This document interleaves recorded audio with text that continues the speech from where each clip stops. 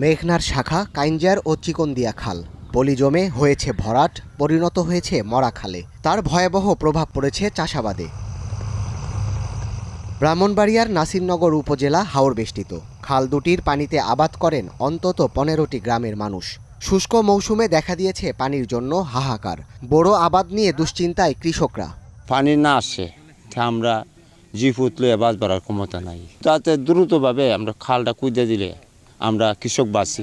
নদী কালো কোনো কিছু জায়গা পানি নাই, পানির কারণে জমি কিটি ফাইটিয়া সিরসির হয়ে গেছে। আমরা শতাশতি কৃষক, একই অবস্থা।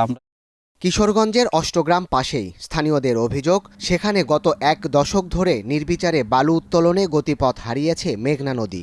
ধীরে ধীরে পলি জমে হয়েছে ভরাট। এই আউর অঞ্চলে আমরা আর কোনো প্রসেস নাই যাওয়ার, আর কোনো প্রসেস নাই। এই 20,000 জমি লক্ষ্য করা, এই খালটা হুদন না হইলে, খালটা হরণ না হইলে আমাদের ছেলে মেয়ে লেখাপড়া খাওয়া দাওয়া কোনো কিছুই আমাদের দ্বারা সম্ভব না। বিভিন্নভাবে আমরা অনুরোধ করেছিলাম, কিন্তু প্রশাসন দৃশ্যমান কোনো কার্যকর পদক্ষেপ নেয়নি। উদ্বিগ্ন কৃষি বিভাগ কর্মকর্তারা বলছেন, খাল দুটি শুকিয়ে যাওয়ায় চলতি মৌসুমে অন্তত 18,000 বিঘা জমির বোরোর আবাদ অনিশ্চয়তায় পড়েছে। সংকট সমাধানে বিএডিসি ও পানি উন্নয়ন বোর্ডকে জানানো হয়েছে।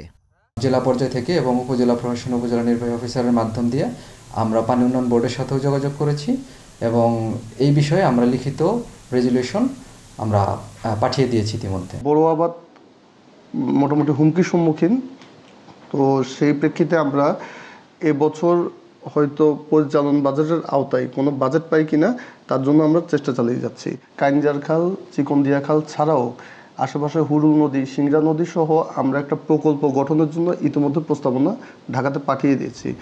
কৃষি বিভাগের তথ্য অনুযায়ী বড় আবাদ ব্যাহত হলে হাওর জুড়ে 14,000 টনের বেশি ধান উৎপাদন ঘাটতি দেখা দিতে পারে। Desk report, star news.